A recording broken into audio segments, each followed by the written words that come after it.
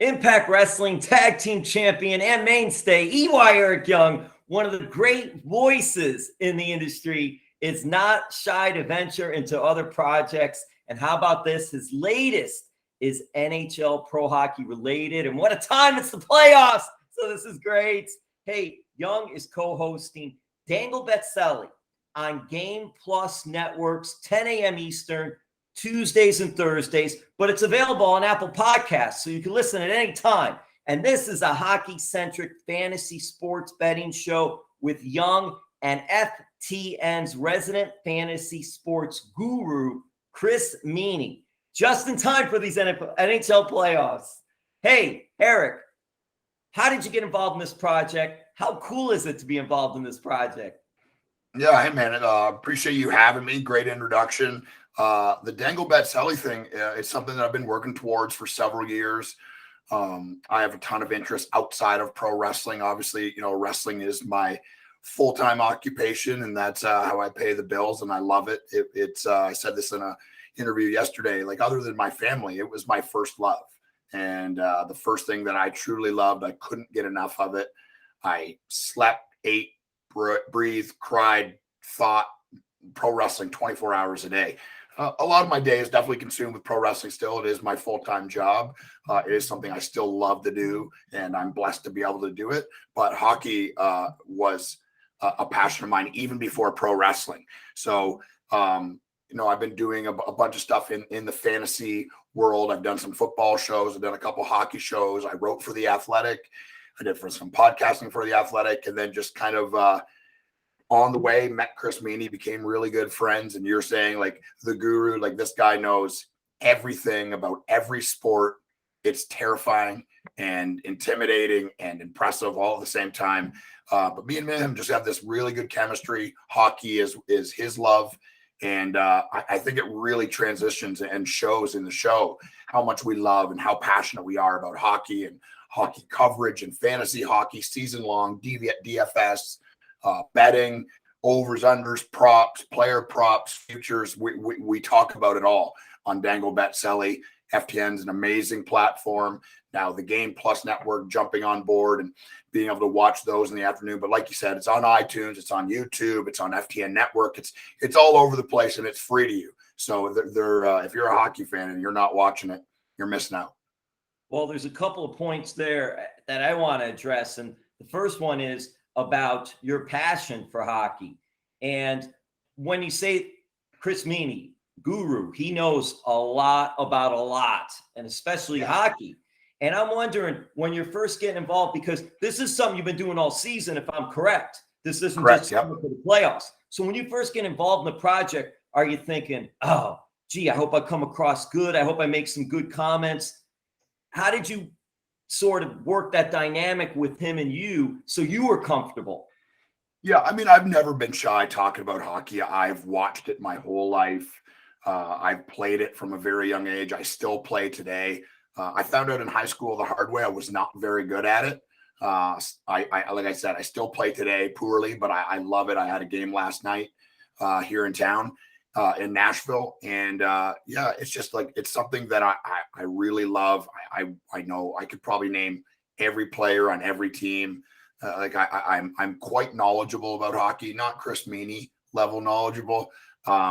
But we have a good chemistry there. It's breaking it up, and I approach it more of a narrative side, because a lot of betting people and fantasy people want to just, break down the numbers and do it that way. And a lot of times they forget the narrative. They forget that these people are human beings, and a lot of times what's happening in their real life and in the real world, and with contracts and hot streaks and cold streaks. And that all has to do with them being human beings and not being perfect all the time, and learning how that ebbs and flows, and the hot and cold streaks is what makes you a successful fantasy player, season long and daily. This one, I was nerve-wracking a little bit when we first started, because, in a roundabout way, we're telling people where to put their money.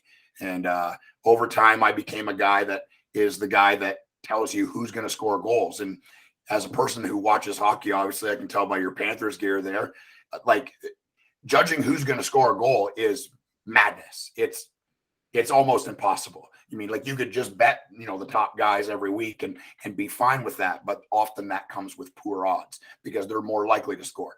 The real trick is figuring out the players that are likely to score because of where they're playing. Maybe they moved up. Maybe they're added to power play time. So I was really nervous about that. Still am. I do a ton of work to try to give people the right thing and the right information and steer them towards it. I don't ever tell anybody to bet. If you want to bet, you can. It's more of a hockey analyst show than it is a betting show. But as we know, the sports betting is taking over the world. And unless you've been living under a rock, you understand that everyone's doing it. It's everywhere for every sport. And it's big, big business. And I'm happy to have a little slice of that pie. Hey, and mentioning about just the analytics, but there's also the human element. There still always is the human element in all of this, even with all those great analytics. You were watching hockey, and I've listened to the first 2 playoff shows. Really cool. A lot of insight, a lot of knowledge. Hey, nobody's perfect. Nobody's going to get 100% on anything. No. I don't care who it is. Look at baseball, Eric. If you succeed 3 of 10 times, you're considered really good at hitting. Right. That means you failed 7 times. Yeah, so it's a weird thing in hockey, like you're saying about baseball, is analytics and numbers in baseball are really, really helpful. And a lot of that comes down to it's one-on-one. It's pitcher versus batter. And, you can break that down in tendencies and use numbers to really dictate you guessing on what's going to happen next. And once there's a groundwork laid for that, it makes predicting easier because it's one-on-one. Hockey is complete chaos. People coming on and off the ice during play. The puck is a strange shape. It's played on ice and skates and sticks. If you've ever had a stick in your hand and tried to handle a puck on the ice, it would change how you view hockey. It's confined into a small space where there's walls like the gladiators used to do. It's complete madness. There's no rhyme and reason to any of it. But when you watch enough of it through an eye test and using analytics to kind of back up your thoughts, and that's what I try to do. I never let analytics dictate what I think. I let them back up what I'm saying. And everyone's got a different way of doing it. That's how I do it. For me, I'll watch 200 to 300 live games a year because I'm a complete psychopath. And technology allows me to watch all these games with iPads and the internet everywhere, and being able to stream them almost anywhere I am in the world. I can remember setting my alarm while I'm in the United Emirates overseas at 2 a.m. so I could wake up and do cardio and watch a playoff game because I'm a crazy person. But yeah, it's been fun, man. There's all kinds of cool things that come in this space, and I'm not learning as I go, but it's like every day you learn something new and there's more information. There's so many brilliant people in this space from all the companies, and I just try to consume as much information as I can. What kind of reaction have you been getting from fans, from whether they're casual or the hardcore? Yeah, I mean, obviously it's a hockey show. It's going to get the hardcore of the hardcore, and I think it surprised me, and I think more importantly, it really surprised FTN, the level of success that this hockey gambling show is having. The reality is in the United States, hockey is the redheaded stepchild, right? It's the 4th, maybe 5th most popular sport in the country. It's regional. There's not massive numbers, like more people watch an episode of Game of Thrones than the Stanley Cup playoffs. So, you're battling for that. You're battling for viewers. You're battling for numbers. But what I'll say about hockey people and hockey fans, if nothing else, they love what they love and they're crazy loyal. And I mean, almost every day it's the same, kind of 20 to 80 different guys in there talking. And we've built this really cool community, and I learn stuff from them, and I'm hoping they're learning stuff from me. And that's what hockey is. It is a tight-knit group, a tight-knit community. And I love that about it. During the Super Bowl week, we had the 3rd most viewed show on the whole network. The only 2 shows above us were Super Bowl analyst shows, and that totally makes sense because football is still king, and the Super Bowl is the biggest, if not the biggest, sporting event in the United States. And at number 3 was the redheaded stepchild of the FTN Network, me and Chris Meaney breaking down hockey games at the end of the season when it really didn't mean a whole lot. So really proud of that. And for people that haven't watched it, give it a chance. If you like it, share it, subscribe. That's That's how things get done here, as you know, having a podcast and stuff. If people aren't doing those things, it can go away. So yeah, I don't think we're going anywhere. It's doing really well. The numbers are actually staggering for a hockey show, a sports gambling hockey show where it's strictly hockey and nothing else. So I'm really proud of that. It's one of my biggest accomplishments in my life. Something you said that was interesting to me is the fact that the passion with the hockey fans, that resonates like pro wrestling as well. And those fans. 100%. Yep. Yeah. It's really funny. And I say this a lot when I do interviews and I talk to people about the show or talk to people about wrestling. They're both surviving and thriving because of television and television revenue. What's interesting about it is until you see it in person, you can't fully understand it. If you know everything about pro wrestling and it's your thing, you're into it and you can really enjoy it on TV. If you're a casual fan, it just looks like a bunch of people pretending to fight each other, and it's stupid and it's fake and it's whatever. What I always tell those people is, I've done media for Impact Wrestling on the radio before and said, if you're listening to this and you've never gone to a show, go to the show, send me a direct message. I will pay for your tickets to go. And I'm almost guaranteed you may not come back. You may not become a diehard fan, but what you will do is you will understand why there's billions of people worldwide watching it and consuming this stuff like crazy. And hockey's the same way. I'll be the first to admit, as a person who loves hockey, watching it on television can be painful. Everything's white. Sometimes the teams will get into this defensive shell where there's just nothing happening, nothing exciting to report. And if you don't understand strategy and you don't understand formations and who's doing what and how they're doing it, it's hard to consume. But I tell you this, if you go to a game live, you will become a fan. There's not a single doubt in my mind, and that's both pro wrestling and hockey. So the trick for both businesses is getting people in the buildings and getting there live, because once you see it live, that's when you fully understand it. Now, your show is hockey-centric. I'm curious, when you and Chris got together and were putting this together, did you think we're going to throw a little pro wrestling in this too, or no, we're strictly going to go with hockey and just deal with the hockey?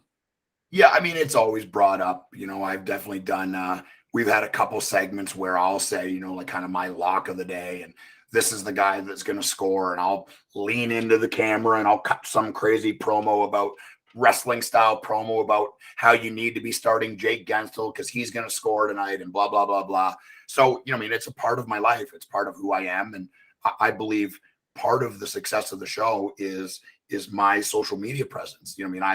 I have, over combined Facebook, Instagram, and Twitter, I have over 600,000 followers, which is from a kid from a town, a population of 60 people with no traffic light. It's staggering. I've never asked anybody to follow me, and not a massive fan of the social media world. It's a great tool. It's a great way to converse and talk with people that is consuming your things and sometimes critiquing them in a proper way. But it can be a dark place, as everybody knows. So I try to tune that out and just enjoy it. But it's been I don't know, man. It's just been a crazy journey so far, and I've been really, really loving it. Your history, your career, still flourishing, by the way. So many different projects, Animal Planet, many things, a couple of things you've done there. And just listening and seeing your career, I think of people like a Mick Foley. I think of people like Chris Jericho. And there are others that have just parlayed that pro wrestling into other projects, other ventures. And it's interesting to see. And Eric, when we're talking about betting, and you mentioned it, sports betting is a huge thing. You see the big networks getting involved in betting odds and shows on that and podcasts. And I'm curious because even though it's results predetermined, WWE, AEW, we see betting odds for their big shows. And I'm curious, Eric, if you ever had any interest in trying now to do a betting show also on that, or is it too niche? Yeah, I mean, I don't think anything's too niche anymore. That's the way of the world, whether it's television, whether it's radio, whether it's podcasting. You mean, like, I say this, like a lot of people want to compare, pro wrestling numbers to pro wrestling numbers in the, the late 90s, early 2000s. Well, back then there was 25 shows on TV, so there was no competition. So yeah, there was 16 million people watching it worldwide live. Now, if you like cars, any hour of any day, there's a show about cars. And if there's not one on network television, there's certainly one on YouTube or iTunes or Amazon or Netflix or Apple TV or Paramount or, on and on and on. So I wouldn't be opposed to it. The reality is the hockey stuff for me it's more of a relief to not talk about wrestling and not think about wrestling. I would definitely consider it. I think it's crazy betting on something that's predetermined. I really don't know how they get away with it. It's baffling to me. There's lots of ways that you can find out before the show happens what's going to happen. There's tons of ways to do that, which affects us and affects our the excitement level and the intrigue level. But it's just hard to protect those things with the amount of information that is streaming every second of every day. So yeah, I mean, it's something that I would think about, but I'm happy doing the hockey one. I'm probably going to do a bunch of football coverage this year again. Those are my two main sports. I really don't have the bandwidth for anything else. I watch UFC religiously, but as far as analyzing and breaking it down, I'm probably not the guy to be talking about that. And but yeah, hockey is what I want to concentrate on. And it'll be good that once the playoffs are over and take a little bit of a breather and get into my football coverage and stuff like that, and kind of take it easy and then dive back in next season to the NHL coverage. Young, let me tell you something. Pro wrestling, hockey, football, MMA. You don't like those physical sports, huh? No, yeah, I hate physical sports. I played hockey my whole life. In high school, I played rugby. I was a very good rugby player. Was offered a scholarship to play for the University of Hamilton in Canada. And but I love wrestling. I love rugby too, and I miss it. And I think that'll always kind of be a what if. What if I pursued that, and what if I was good at it, and what if I was offered a contract to play professionally overseas or something. There was no way to know. There was no way to know about wrestling either. But like I said, is other than my family, like my mother, my dad, and my sister, the first thing that I truly loved was pro wrestling. And I mean, it is cliche and it's cheesy, but I'm sitting here and I'm literally been living my dream for almost 26 years. So it's pretty crazy as a short, chubby kid from Florence, Ontario, Canada, to travel the world and do all this amazing stuff and kind of parlay that into my other passions in fantasy football, fantasy sports, hockey coverage. Currently talking with the NHL, maybe to do a TV show with them next season. So fingers crossed, man. There's always something, always some more balls in the air, and the magic blue check mark, it helps. There's no doubt. All right. So for this part, and it's just, I put your career up there with so many of just the well-rounded, different type of career paths that pro wrestling, as I said before, it's just so amazing. It's always interesting to talk to you and hear about what you're involved in. You mentioned that small little town. What was it like? I just want to get a little more of the hockey background for you. Growing up in that small little town, were the Toronto Maple Leafs your team? Who were your favorites? And how much hockey were you playing back then when you were little? Yeah, I mean, I played, most of my life. I didn't play organized hockey. Part of it was, I don't know if my family could afford it when I was young.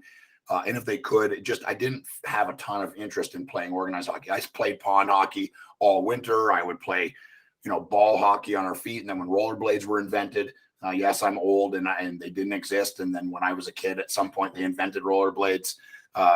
And playing street hockey with rollerblades on, and then that transitioned around Pee Wee when I'm sensing a theme here. As soon as there was allowed to be contact, that's when I wanted to play hockey.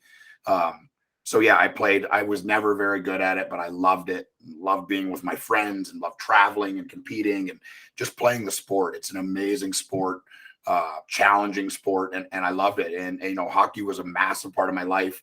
I still follow the Maple Leafs religiously. The Nashville Predators are definitely my team. This is my home. I could live anywhere I want. I choose Nashville. I love this city. I love that organization. I do a ton with them, but still a Leafs fan. I've been a Leafs fan since I was 3 years old. That's never going to go away. They don't make it easy sometimes, but that will never change. Loved Wendell Clark is my favorite player of all time. I don't think it's even close. Love Doug Gilmour, love Dave Vanderchuk, love Dave Ellett, love Felix Potvin, loved Alan Bester. I could go on and on naming a bunch of players that nobody knows or remembers. But yeah, I mean, grew up a Maple Leafs fan, and just hockey in that world and in Canada, and being from a small town like that, it consumes you. It's every day. Like we wouldn't have to make a plan. You'd get off the bus, you'd throw your book bag in the door, and you would go to Jane Street in Florence, Ontario, and the 10 other kids that lived in my town would all be there, and we'd play at road hockey until the lights came on. So, and in the winter, we would go and play pond hockey, and one guy's dad, Doug Ross, would put up these spotlights, and we'd be down there on weekends, sometimes at 2 a.m, still playing. So it was a huge part of my life. Hockey still is a huge part of my life. That will never go away. And it's been quite a journey. Finding out that I wasn't a very good player, that was a tough pill to swallow, because when you're a little kid and growing up in Canada, like, you're going to play in the NHL. That's what you think. Then I played against a kid that had just been drafted to the OHL, and I realized that I wasn't even in his league, not even close. So that's when my focus switched and started really diving into the pro wrestling world. And right out of high school, went into training, and the rest is history. It's interesting, Eric. Did any of your friends back in the day go on to become big-time pro hockey player? No pro hockey players. I can remember hearing about Eric Lindros. He was, I think, a year or two older than me. But he lived about 30 minutes from where I grew up, and hearing about this big kid, strong skater, unbelievable shot, like he's going to be the next Wayne Gretzky and blah, blah, blah, blah. And I mean, the reality is you take his 10 prime years. I don't know if there was a more dominant hockey player ever in the history of the NHL. There's nothing you could do. You couldn't catch him. And if you did, you couldn't take the puck from him. And if you did take the puck from him, he'd chase you down and knock you on your ass. So I don't know if I'm allowed to swear, but just I get excited talking about hockey. You can do whatever you want, Eric. It's all good. Yeah. He grew up really close to me. Some of my, guys I played with went on to play, junior C and junior B. A captain of our team, Jason Beamish, went and played at prep schools in the United States and did that for a while. But I played, basically minor hockey, in this little town called Bothwell, and we played local teams and never played like high level travel or AAA or anything like that. And, but I wouldn't change it for anything, man. Some of my fondest memories were being in cars with those guys and being in these little bodunk towns in Northern Ontario. And we won a silver stick tournament. We went to the semifinals of the OMHA. I think is probably one of the most competitive house league in the entire world in Southwestern Ontario. So yeah, it was an awesome time. I mean, I loved it. Obviously, was never a good player, was never going to have a future in it. But yeah, I still love it today and play as often as I can. Yeah, you still said that you're still playing. And I'm thinking in my mind while I'm listening to you talk about all this, were you an enforcer? Yeah, I mean, I was definitely really good at knocking people down for sure. I could shoot the puck pretty decently. I was never a super fast skater, but a decent skater. More of a stay-at-home defenseman when I played when there was contact, because I like to be physical. I like clearing guys out from under the net. I like getting in the corners. I like, hitting people coming across the middle of the ice. That was my passion. That's what I loved, and played mostly defense, played a couple years of center. And now that's usually what I play. I play center, and I feel bad. Some of the guys I play with, I know that they hate me secretly because I play really hard. I'm there for the exercise. There's no scouts in the crowd. I'm not working on getting a contract. I'm going to chase every puck. I'm going to follow you. I'm going to back check like a lunatic.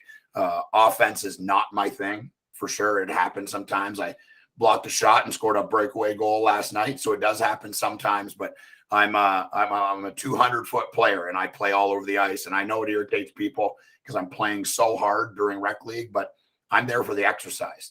And it correlates good for in-ring of the go really hard, slow back down, go really hard, slow back down. There's nothing that can simulate that other than like hockey. for pro wrestling. So it's I'm there for the exercise. Guys they get mad sometimes and say, man, I don't slash people, I don't hit people, I don't push them around. If I could, if I wanted to, but I don't.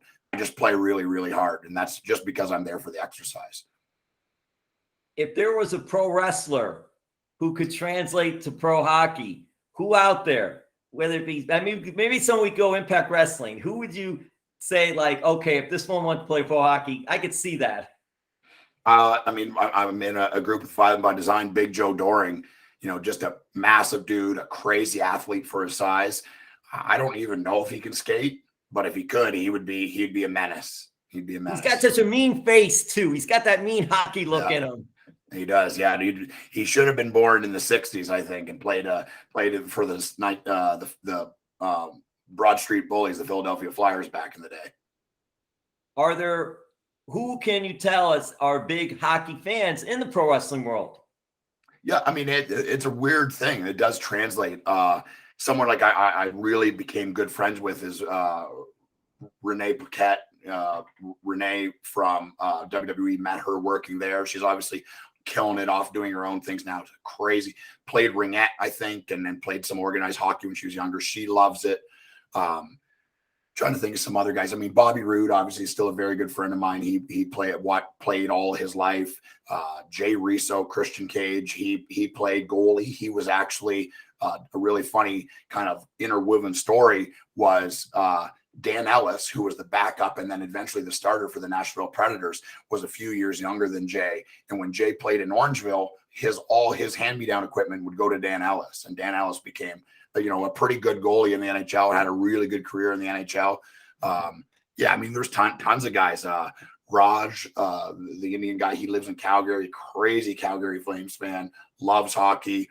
PCO played junior hockey when he was younger, and he probably would have been terrifying. He's a crazy athlete, big man. But yeah, there's a really huge crossover in it, which is really cool for me. Almost every locker room I'm in, there's somebody there that wants to talk hockey. So it's I trap them in the corner and just beat them over the head with all the stuff, all my questions, and what I think. And it's so cool. That community is so cool too, and to be able to share that. But hey, Canada, obviously, number one sport in Canada is hockey. But Eric, would I be wrong to say that pro wrestling is the number 2 sport in Canada? Well, I don't know about number 2. I think there's definitely something in the water. There's, there's more people living in the state of California than living in the entire country of Canada. And if you look at it, the ratio right now of Canadian talent wrestling on television and all over the world, it's high. It's really high. Man for man, I mean, the percentage is staggering. I was promised there would be no math, so I don't have any idea what the percentage would be. But it started with trying to think, Bret Hart, obviously, lots of guys before him, but he was the one that really made pro wrestling and being a Canadian synonymous with Canadian pride. And I'm from Canada and I live in Canada, and I can't imagine how difficult that would be living in Calgary and flying that schedule, working 300 days a year on the road and having to go through security every time you fly, every single week. But yeah, he had huge pride in living in Canada, being a Canadian star, and is one of the best to ever do it. So, he kind of laid the groundwork, and now there's tons of guys working all over the world that are from Canada. And if you know anything about trying to get a visa or trying to convince a company to spend all that extra money on you to hire you when you're first starting out, it's staggering. And it's definitely a sense of pride of me being from Canada and continuing that legacy. And now guys like Josh Alexander and the list goes on and on. Channing Decker, a bunch of young guys that are kind of carrying that torch now as well. So it's going to be cool to see. Have you converted Tommy Dreamer into a hockey fan? Yeah, Tommy Dreamer's actually a sports fan. He just loves all sports. He's a crazy football guy, loves baseball, especially going live, loves live hockey. Has been to probably more pro arenas than I have. And that's saying something, because it's my bucket list to see a game in every arena. I'm a little over halfway there, I think. And before I leave this planet, I will see a game in every pro arena for sure. Best arena you've been to so far? Bell Center in Montreal, no doubt. It's insane. It's a really fun, weird story. Actually, we were there March 10th of 2019 with me and my wife went, and we met Chris Meaney and his wife there, and I got tickets to go to the Montreal game, and that was one of the last games played that season. The next day, they sent everybody home, and they canceled the season, I think 2 or 3 days after that. And so that's kind of it'll be like where were you when? And I know where I was at the Bell Center, and we knew something was happening. You knew it was coming, but I don't think anyone knew how serious it was going to get or how terrible it was going to get. And it's I wish I could erase it from time, but I can't. But it's kind of this weird thing where, like, in 100 years, they're going to be talking about how we got through this and how we managed to live through it and survive through it. It's been a wild time to be a human being on the planet, for sure. Have you hoisted the cup? Yeah. How cool is that? And where did you get to do that? I've taken pictures with it at the Hockey Hall of Fame when I was a kid. I'm a weird person. I refuse to touch it because I didn't win it, so I won't touch it ever.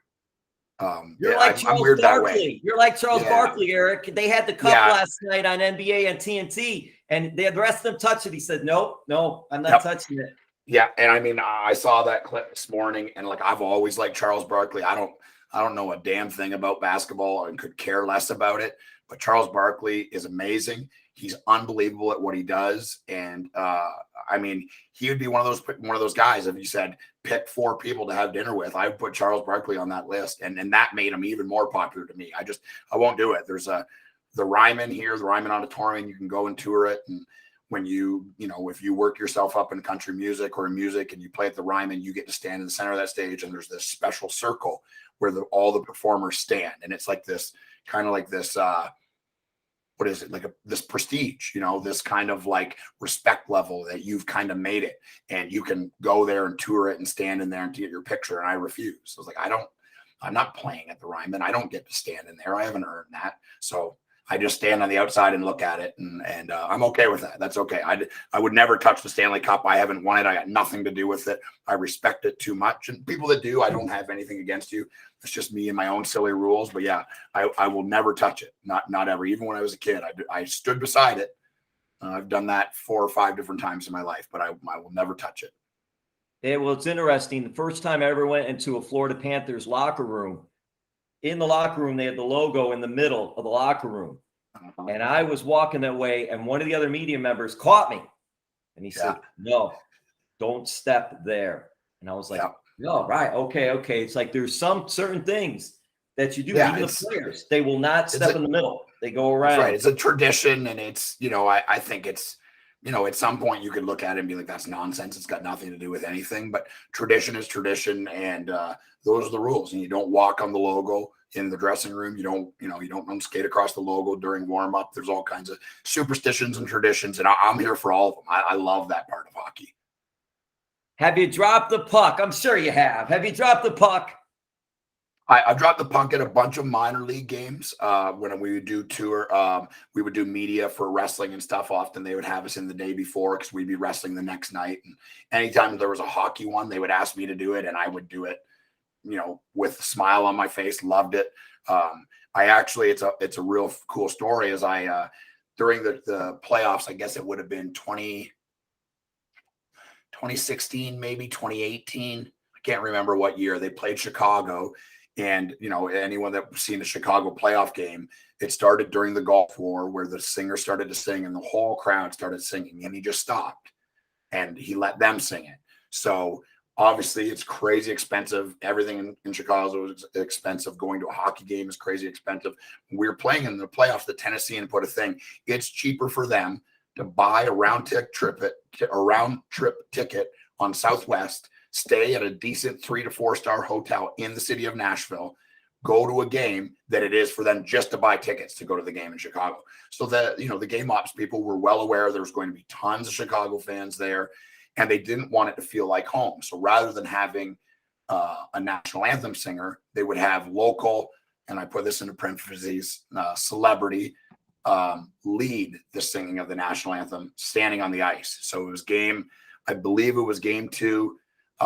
There I am standing at center ice, cut a wrestling promo. The place went crazy. I led the singing of the national anthem, and like people I haven't talked to in 20 years are like I've wrestled all over the world. I've won 2 world titles. Like I've done all these crazy things and accomplished all this crazy stuff. And that was me making it for the kids I played hockey with when I was a little kid. Man, I can't believe it. I can't believe I saw you standing on the ice. It's unbelievable. It's a little 20-second clip played on TSN up in Canada, and I got hundreds and thousands of messages. And for me, I mean, it's one of the coolest like peripheral things that's happened to me through my career to be able to do that, and became buddies with a bunch of the players. And Roman Yossi was like, man, your speech pumped up the team and pumped up the guys. You need to do it for every game. And I was like, I'm available. You know, all you got to do is I live right down the street. So you just let me know. Unfortunately, the year they got beat by Chicago, never had another home game, but the next year we beat them 4 straight, buried them, and they've been terrible ever since. So. What a cool, that's what I mean. See the journey that you have taken, all these cool things. So Eric, did you then have to start the song? You had to sing? No. I just said, we're going to lead the national anthem.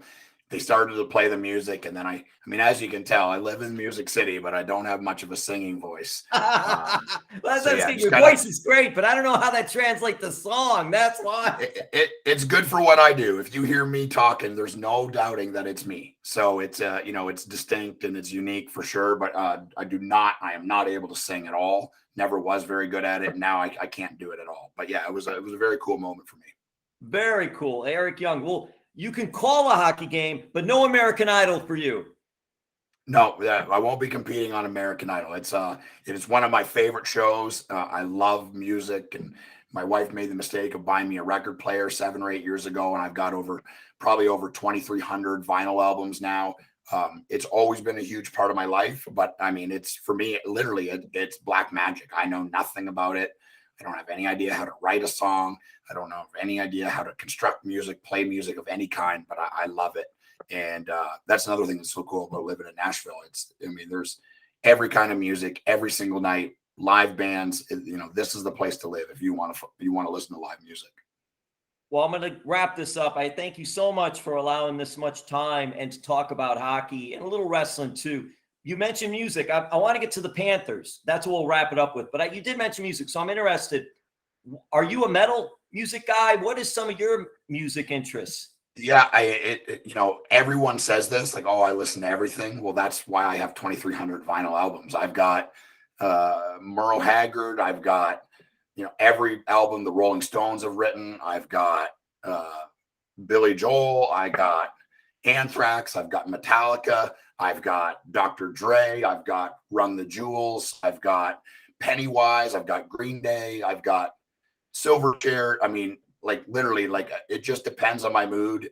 Right now, I love finding music that isn't being played. I haven't listened to the radio in probably 20 years, and that's something I'm very happy to say and very happy to report. But Spotify has changed the game of music, and you can find all these amazing artists. And just found this new band called Monster Robot, and they actually were just in town 2 days ago, and the record label, the guy drove the record and delivered it to my house, not knowing who I am, just knowing that, my name's Eric Young, and I live in Franklin, Tennessee, and where they produce the records is literally down the street. I had no idea about that. And he drove it to my house and hand delivered it. And now, like, I'm talking with the band, and it's, the blue check market can be an amazing tool. So yeah, I love everything music. I mean, it just depends on my mood and what I'm doing. And later tonight, me and my wife are going to drink margaritas and have some burritos for Cinco de Mayo, and we'll probably listen to some old school Mexican music. So, yes. Well, what else has changed in the game is Dangle Bet Celly with Chris Meaney and Eric Young, and we got to wrap it up with Panthers. I wanted to throw this in. Yeah. Hey, is Chris Meaney related to Blue Meaney at all? He is not, no relation to the Blue Meaney, but yeah, I'd love talking about Florida. I mean, they need to get it right tonight, and I think they will. We talked about it today on the show. I believe they're going to pound Washington pretty bad tonight. I think they're going to show up. I think they were on autopilot. They've got a ton of young players on that team that have never played meaningful games in the playoffs. And Washington came out and they're experienced, and they've got Ovi, and they've got Tom Wilson, and they've got Backstrom and Kuznetsov and all these players. And it looked like a team that got ambushed, to be honest. And I don't know why that is, but that's what it looked like to me. They did not look like the Florida Panthers. Me and Chris had a rule on the show. We do not bet against the Florida Panthers. And that started very early. We're huge fans of the team. Love Sam Bennett, love Barkov. I wanted Barkov to come and play in Nashville. I was actually physically mad when they drafted Seth Jones because they didn't need defensemen. And they traded him away and got Ryan Johansson, who's a great player too. But Alexander Barkov is one of, if not the best centermen in the league. And I wanted him to play in Nashville so bad, and Florida made me so angry. Luckily, I'm able to still watch him play, but he's not playing for my team. But yeah, he's awesome. Duclair is a guy that me and Chris have been a fan of for years and been telling people, like, this guy's a good player. You need to pay attention. Connor Verhaeghe and Sam Reinhart is having one of the best statistical years of his career. They're unbelievable. And the best thing for you guys, the best thing for the Florida Panthers is Bobrovsky looked like Bobrovsky. They didn't win that game, but he looked good. So I think he silenced a lot of those questions. They're going to get it right. I believe that they beat Washington, but I think the series is going to go a lot longer than a lot of people thought. It's so interesting because that was the question mark. Which Bob are we going to get going into the playoffs? And he was one of the few who showed up and played. But it seemed to me here bright spots. It really was. He really was. It seemed to me too. Ekblad just got back, and they had him leading the point on the power play, and he hadn't played for 20 games. And it was just like, I know you got to get going, but I really wanted to just ask you about, what do you think? Because you're more intense and focused and know about hockey than I do. Having a player come back like that, and then this is his first game back, and trying to mold the mesh that, and it almost looked like they were happy to be up 2-1, and then they just sort of settled down. Yeah, that's what I took too. It looked they were happy to be up 2-1, and then they took their foot off the gas, and that's not how the Florida Panthers play. I mean, they're ruthless. They're ruthless, pursuit of the next goal. No matter how many they have, 5, 6, 7, it doesn't matter to them. Several times this year they scored 10 plus. So that's a rare thing in hockey. The Ekblad thing, it's really cool to see him back. He's one of my favorite players to watch. The year before, destroying his leg as a guy, I'm about a year removed from an ACL surgery. The fact that he had such a good season coming back this year, it's amazing. It's absolutely amazing. There's no way that his leg feels right. My leg, I'm a little removed from a year of having ACL surgery, and it still doesn't feel right. It's, I still second guess it, and I can feel it, and doesn't respond. And for him to be in the NHL playing some of his best hockey of his career, I think coming back in the playoffs was a rude awakening for him. I get that he quarterbacked that power play before, but just the timing and the feel and the game speed, it's a lot for anyone to handle. I don't care how good you are.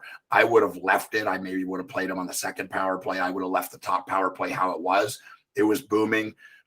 It was really cool for hockey having 5 forwards. That's really never been done anywhere in this space of hockey. Florida Panthers are offensively changing how people look at hockey and strategy of hockey and what hockey can be when you just say, we're not going to worry about too much else except for having the puck and putting it in the net. That's exciting. I don't know. I don't know if it's a recipe for success, but I'm hoping it is, because I can watch the Florida Panthers play all day long. They're so fun. Well, Eric, I want to thank you for the time you were gracious enough with your time, and I so appreciate that because I had so much I wanted to ask you. Dangle Bet Celly. You can watch it 10 a.m. Eastern, Tuesdays and Thursdays, is with Chris Meaney, Eric Young. Also, you can see Apple Podcasts. You can find it, watch it anytime. They're giving you prop bets, odds, stats. They're just giving you a whole bunch. And the human element, too, as Eric said. So there's a lot of things going on there. Hey, Impact Wrestling is going to be coming to Kissimmee, Florida soon. You got Slammiversary coming up in June. Maybe we could see it either in Tampa if they're doing their thing. I know they're playing Toronto. That's like a conference finals right there. Those two teams. Yeah. Or maybe it's we sad can get that one of those here. teams is going to be out. It's sad.